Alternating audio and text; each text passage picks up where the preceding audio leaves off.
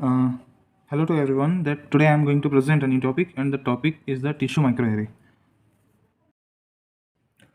During any disease condition different type of जो jeans होते हैं उसके कारण डिफरेंट एक्सप्रेशंस होते हैं। लाइक अगर हम कैंसर सेल की बात करें तो कैंसर सेल के कारण बहुत सारे जीन ऐसे एक्सप्रेस होते हैं और अल्टीमेटली ऐसे जो प्रोटीन्स होते हैं वो उस ओवरऑल टिश्यू का भी अल्ट्रेशन कर देते हैं।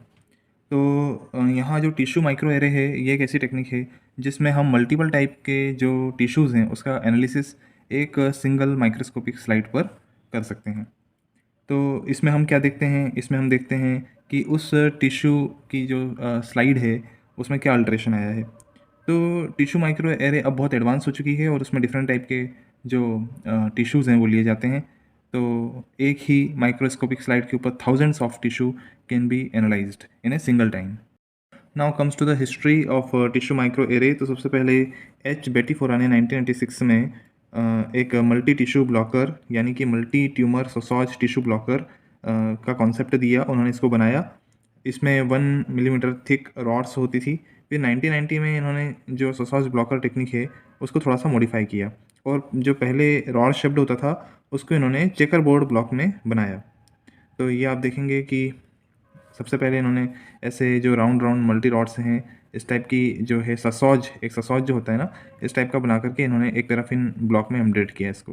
तो ये राउंड सर्कुलर इस टाइप से बना। इसके बाद इन्होंने थोड़ा सा इसको मॉडिफाई किया और मॉडिफाई करके आप देखेंगे कि इन्होंने बाद में इसे चेकर बोर्ड पैटर्न में बनाया और चेकर बोर्ड पैटर्न में फिर इन्होंने इस टाइप के जो पैराफिन ब्लॉक्स हैं इसमें इसको मॉडिफाई किया। तो ये चेकर बोर्ड पैटर्न में आ गया। पहले ससॉज पैटर्न में था, बाद में ये चेकर बोर्ड पैटर्न में इन्होंने इसको बनाया। अभी जो टिश्यू माइक्रो एरे का लेटेस्ट मॉडल है वो कॉनोनिन ने 1998 में डेवलप किया और जिस पे अभी हम लोग वर्क करते हैं। ये काफ़ी हाईली डेंस्ड स्ट्रक्चर होता है जिसमें मल्टीपल टिश्यूज़ जो होते हैं वो एम्बेडेड होते हैं in a paraffin block. So now comes to the principle of tissue micro array. Tissue micro array में डिफरेंट टाइप के जो donor eosin and haematoxylin stained H staining वाले जो डोनर टिश्यूज़ रहते हैं उन्हें लिया जाता है और उन्हें एक सॉलिड पैराफिन बेस के ऊपर एडर किया जाता है। So the tissue micro array is a technique for organising minute amount of biological sample on a solid support.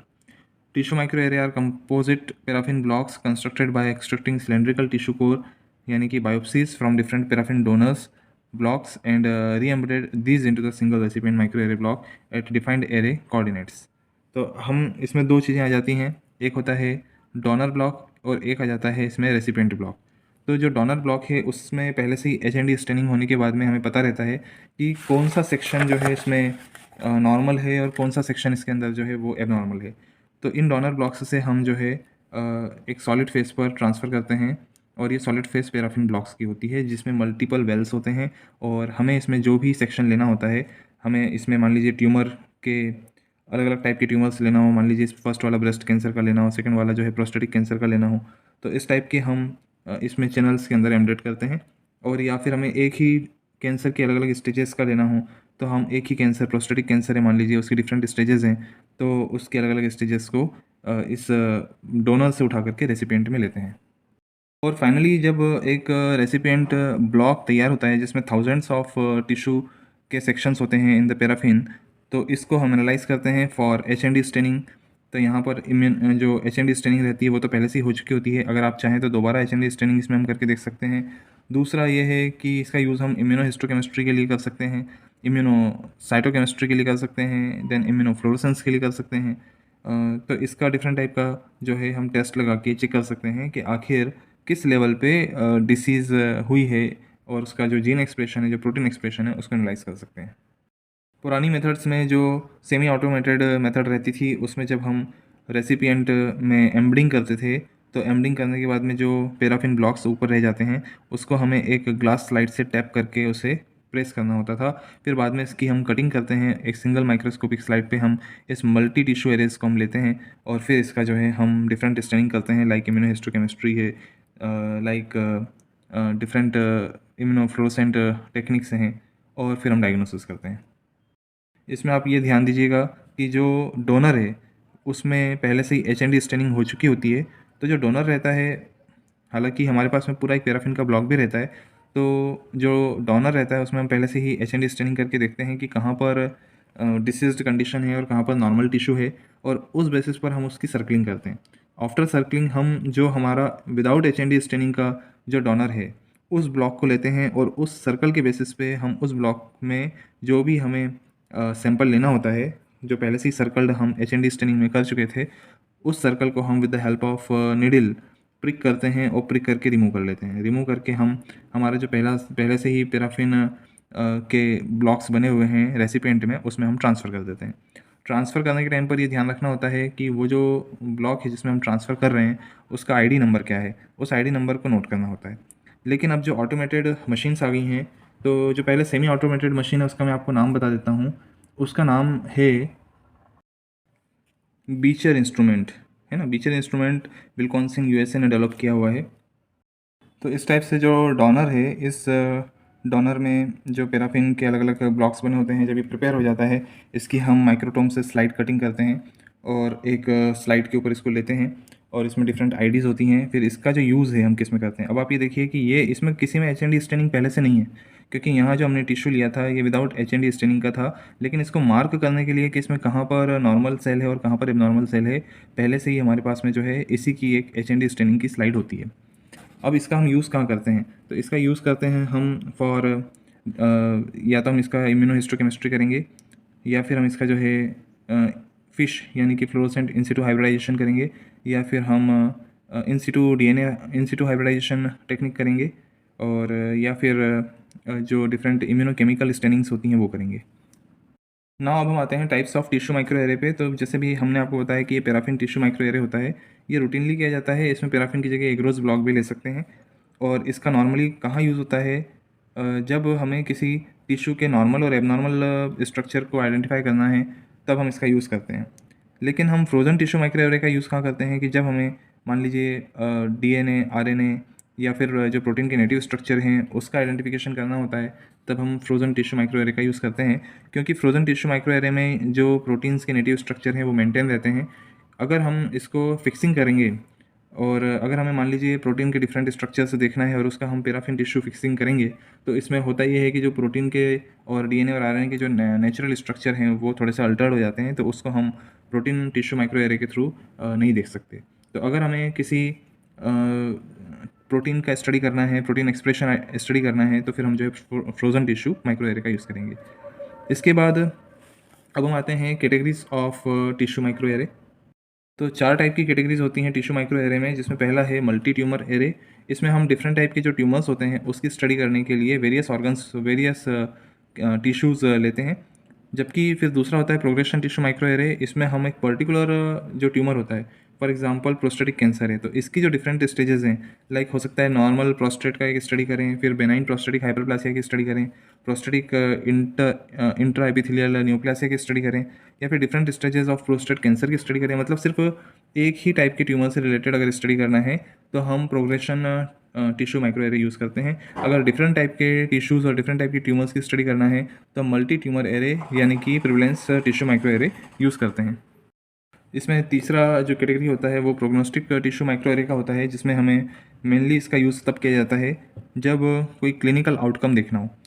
किसी पेशेंट का ट्रीटमेंट चल रहा है और उसमें एक ही जो ट्यूमर है या डिफरेंट टाइप की जो ट्यूमर है उसके सैंपल लिए जाते हैं, और उस पे जो बायोमार्कर का ट्रीटमेंट के बिफोर और जस्ट आफ्टर जो एक्सप्रेशन है उसको अगर चेक करना हो और उसकी कैंसर के प्रोग्नोसिस को देखना हो, तब हम प्रोग्नोस्टिक टिश्यू माइक्रो एरे का यूज़ करते हैं।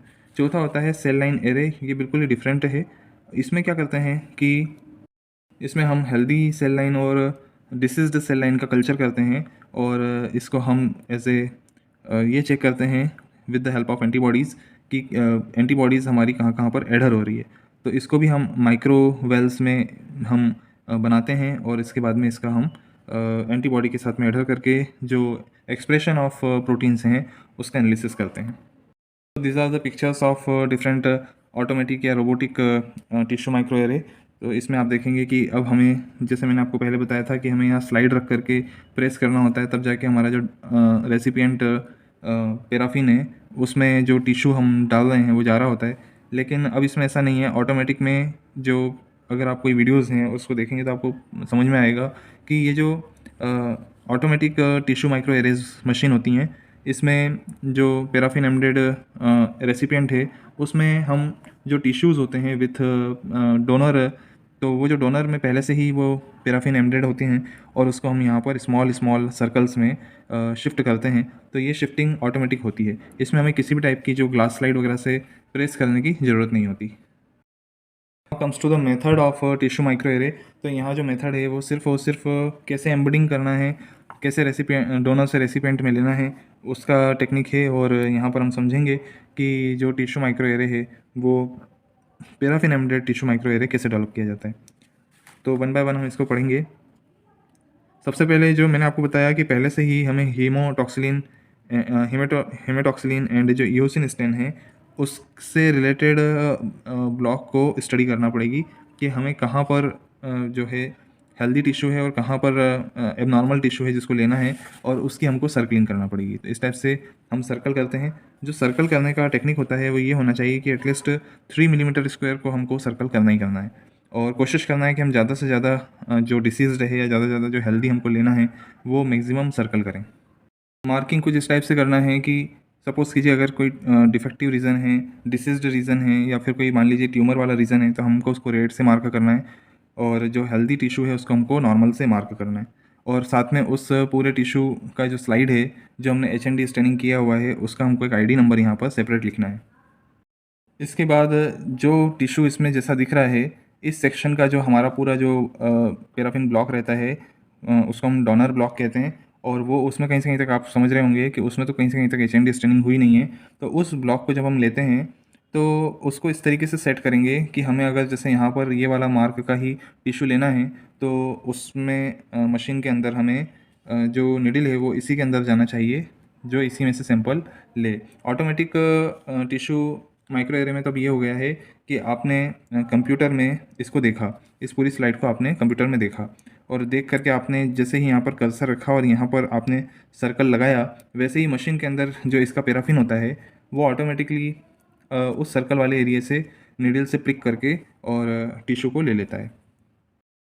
ये देखा गया है कि जो डोनर से हम जब रेसिपिएंट ब्लॉक में शिफ्ट करते हैं तो रेसिपिएंट ब्लॉक में पैराफिन ब्लॉक में लगभग 1000 तक अलग अलग होल रहते हैं, और वो इस टाइप से अरेंज रहते हैं कि उसमें मतलब जो इस टाइप से अरेंज किया जाना चाहिए कि जो एक्स एक्सिस और वाई एक्सिस जो होता है उसमें जो होल का अरेंजमेंट है कि लगभग एक्स एक्सिस पर 20 रो हो और वाई एक्सिस पर 8 कॉलम्स हो। तो उससे क्या होता है, जब भी हम कंप्यूटर पे इसको विजुलाइज करते हैं या फिर जब हम उसके रिज़ल्ट को चेक करते हैं तो हमें किसी भी एक्सिस को देखने में किसी भी टाइप का हेज़ल नहीं रहता, किसी भी टाइप की प्रॉब्लम नहीं होती है, क्योंकि हर 20 रो और 8 कॉलम्स के बाद में एक स्पेस हो जाता है उसमें, और इससे हम इजीली हमारे रिज़ल्ट को मैनिपुलेट कर पाए जो है देख पाएंगे, उसको समझ पाएंगे।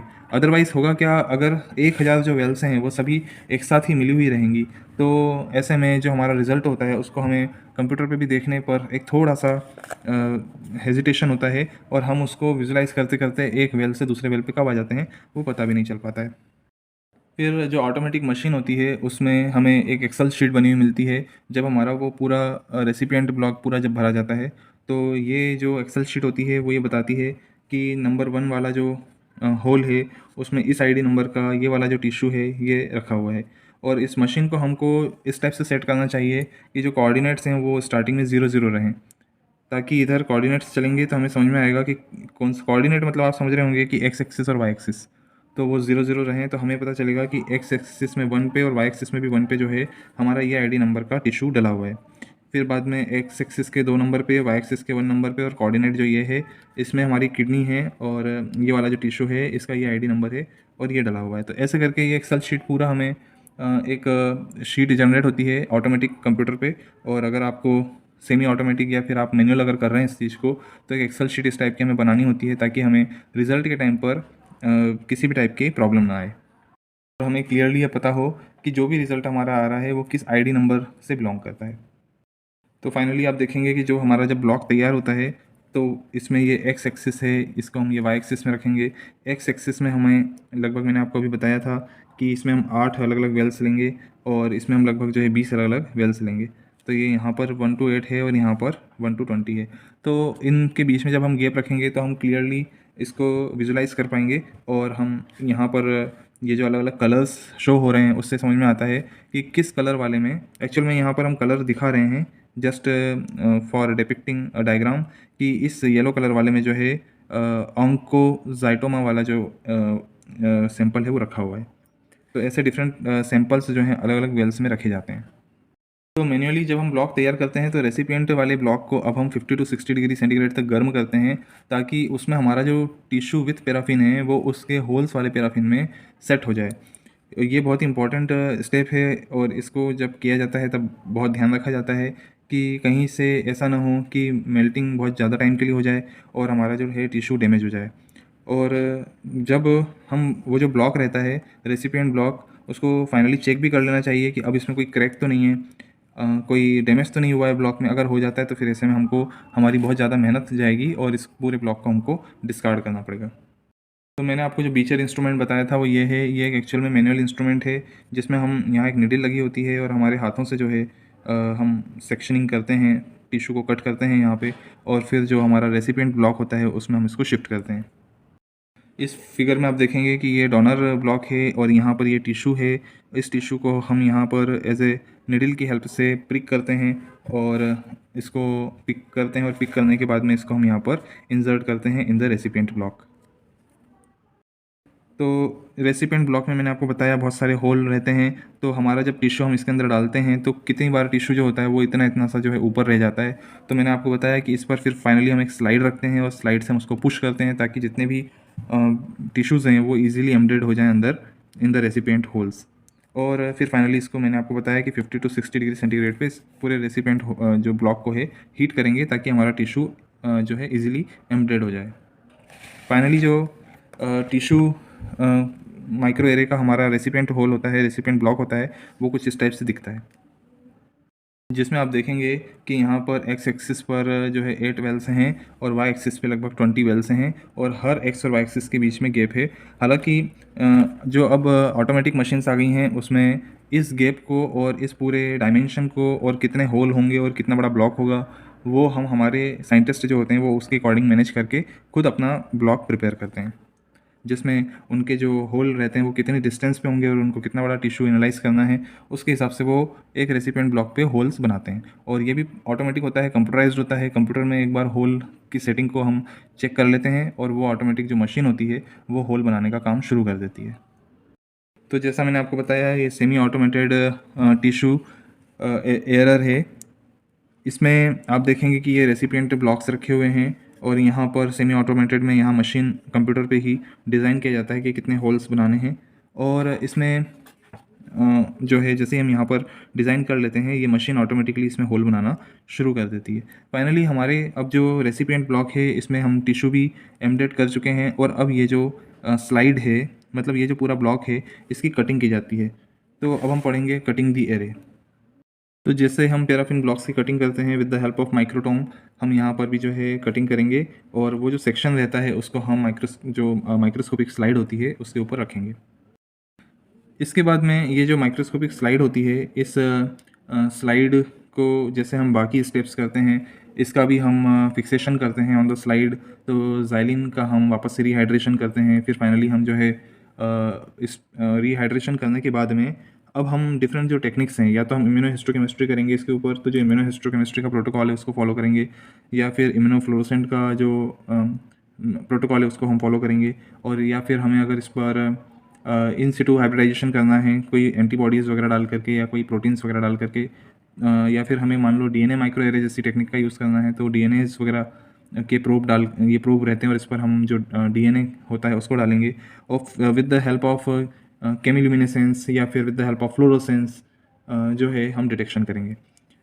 फाइनली जो हमारा डिटेक्शन हो जाने के बाद में हम दोबारा से इस पूरी स्लाइड का डिहाइड्रेशन करते हैं विथ अल्कोहल एंड ज़ाइलिज़िन के कंसंट्रेशन से, जो कि हमारी एचएनडी टेक्निक है और जिसमें जो टिश्यू फिक्सेशन की जो हमारी टेक्निक है उसको हम फॉलो करते हैं। इसके बाद जैसे ही हमारा डिहाइड्रेशन इसका हो जाता है तो हम इस स्लाइड को माउंटिंग करते हैं विद द डीपीएक्स सॉल्यूशन वगैरह और माउंटिंग करने के बाद इसको हम प्रिजर्व करके स्टोर करके रख देते हैं। अगर हम इसको वापस से एनालिसिस करेंगे तो जो एनालिसिस करने के लिए इसी में जो जो मशीन्स होती हैं उसमें हम डिटेक्ट करते हैं और उन मशीन्स में जो लेज़र डिटेक्शन मेथड्स हैं या फिर स्कैनिंग मेथड्स हैं, उसके थ्रू इसका स्कैन हो जाता है और एक कंप्यूटर पे पूरी जो वैल्यूज़ होती हैं वो आ जाती हैं। फाइनली रिज़ल्ट लेने के बाद में हम जो स्लाइड है उसकी माउंटिंग करने के बाद जो हम डीपीएक्स सॉल्यूशन वगैरह से माउंटिंग करते हैं, वो करने के बाद हम इसको स्टोर करके रख देंगे। तो ये था हमारा पूरा टिश्यू माइक्रो एरे का प्रोसीजर। इसमें जो हम इम्यूनोहिस्टोकेमिस्ट्री करते हैं, जो मैंने आपको बताया, उसके प्रोटोकॉल में भी हम ये कर सकते हैं कि इसके ऊपर हम जैसे प्राइमरी एंटीबॉडीज़ डालते हैं, ब्लॉक करते हैं सराउंडिंग एरिया, फिर प्राइमरी एंटीबॉडीज़ डालते हैं, सेकेंडरी डालते हैं, उसमें इम्यूनोफ्लोरेसेंस जनरेट होता है और उसको हम जो है डिटेक्ट करते हैं। तो वो जो टेक्निक है वो सेपरेट टेक्निक है और उसके कारण जो है इसमें विजुअलाइजेशन आता है। तो उसको भी आप अलग वीडियो में समझ सकते हैं मैंने अभी उसको बनाया नहीं है। पर जब वो इम्यूनोहिस्टोकेमिस्ट्री होती है, उसके बाद हमें कुछ इस टाइप से फ्लोरोसेंट मटेरियल के रूप में ऐसे दिखाई देता है, विजुलाइज होता है। तो this is all about the tissue micro array. अब हम इसके एडवांटेज और लिमिटेशंस की थोड़ी बात करेंगे। तो फ्रेंड्स, इसका सबसे बड़ा एडवांटेज यही है कि ये बहुत ही कॉस्ट इफ़ेक्टिव है, बहुत टाइम लेबोरियस नहीं है, बहुत शॉर्ट ड्यूरेशन ऑफ टाइम में ही हम थाउजेंड्स ऑफ डिफरेंट सैंपल्स जो होते हैं उसको एनालाइज कर पाते हैं। पहला तो ये है। दूसरा ये है कि इसमें बहुत ज़्यादा स्किल की ज़रूरत नहीं होती, तो बहुत ज़्यादा लैब टेक्नीशियन के स्किल्स की ज़रूरत नहीं होती। नॉर्मल एक बार होने के बाद में इसको बहुत ईजी वे में समझा करके हम इसको जो है एक लैब में सेटअप कर सकते हैं। तीसरा ये है कि जितने भी रिएजेंट्स होते हैं वो काफ़ी कॉस्टली होते हैं, तो उनका बहुत ही कम वॉल्यूम लगता है और एक सिंगल स्लाइड पर ही थाउजेंड्स ऑफ सैंपल जो होते हैं प्रोसेस हो जाते हैं। तो बहुत कम सैंपल और बहुत कम रिएजेंट की इसमें ज़रूरत होती है। इसका लिमिटेशन ये है कि जो हेट्रोजेनस कैंसर्स होते हैं लाइक प्रोस्टेट एडिनोकार्सिनोमा या फिर हॉटकिन्स लिम्फोमा, तो इसमें बॉडी में अलग अलग टाइप के हेट्रोजेनस बिहेवियर इसके देखने को मिलते हैं। कहीं पर एडिनोकार्सिनोमा प्रोस्टेट का अलग मिलेगा और कहीं पर जो है हॉटकिन्स लिम्फोमा अलग टाइप से मिलेगा। तो एक स्मॉल सैंपल से द रिप्रेजेंटेशन ऑफ जो लार्ज ग्लिम्स से है उसको हम चेक नहीं कर सकते। तो द स्मॉल कोर्स में not be representative of whole tumour. तो पूरा ट्यूमर कैसा होगा उसको हम एक स्मॉल छोटे से पीस से नहीं समझ सकते। स्मॉल साइज ऑफ टीएमए में not provide glimpse of entire tissue profile. तो ये एक सबसे बड़ा इसका लिमिटेशन है। अल्टीमेटली जो कंक्लूजन है वो ये है कि टिश्यू माइक्रो एरे का यूज़ हम करते हैं फॉर डिटेक्शन ऑफ डिसीज़, तो डिसीज़ डायग्नोसिस में यूज़ कर सकते हैं। दूसरा ये है कि जो प्रोटीन एक्सप्रेशन होते हैं डिफरेंट टाइप के बायोमार्कर्स के कारण डिफरेंट होते हैं, तो ऐसे में हम डिफरेंट ड्रग थेरेपेटिक्स में इस टिश्यू माइक्रो एरे का यूज़ कर सकते हैं। तीसरा ये है कि जो टिश्यू माइक्रो एरे है उसमें जो clinico therapeutic and clinico pathological information है और जो प्रोग्नोसिस ऑफ डिसीज़ है, प्रोग्नोसिस ऑफ ट्यूमर स्टेजेस है, उसका हम आइडेंटिफिकेशन कर सकते हैं। इसके अलावा इसमें एक चीज़ नहीं लिखी है, लेकिन जो सेल की एपोप्टोसिस मैकेनिज़्म है उसमें जो P53 जीन्स होते हैं और जो BCL2 जीन्स होते हैं, उनके जो एक्सप्रेशन मेथड्स हैं उसको हम समझ सकते हैं, या उनके जो एक्सप्रेशन फीचर्स हैं उसको हम समझ सकते हैं। तो हम डिफरेंट टाइप के जीन्स के अलग अलग टाइम ड्यूरेशन में जो एक्सप्रेशन है उसको with the help of tissue micro array भी समझ सकते हैं। वेटनरी प्रोफेशन में एवियन थाइमस में जो डिफरेंट थाइमोसाइट्स होते हैं उसमें जो सेल एपोप्टोसिस का जो मैकेनिज्म है with the help of P53 genes and BCL2 genes, इसकी स्टडी की गई है। साथ में जो इन्फेक्शियस बर्सल डिसीज़ वायरस है, इसके एक्सप्रेशन की स्टडी एवियंस में की गई है। तो वेटनरी में भी टिश्यू माइक्रो एरे का बहुत ज़्यादा इंपॉर्टेंस है। So this is all about the topic tissue micro array. Hope you are enjoying this topic, and hope you understood so many things, and I just trying to cover about the tissue microarray. So thanks for watching.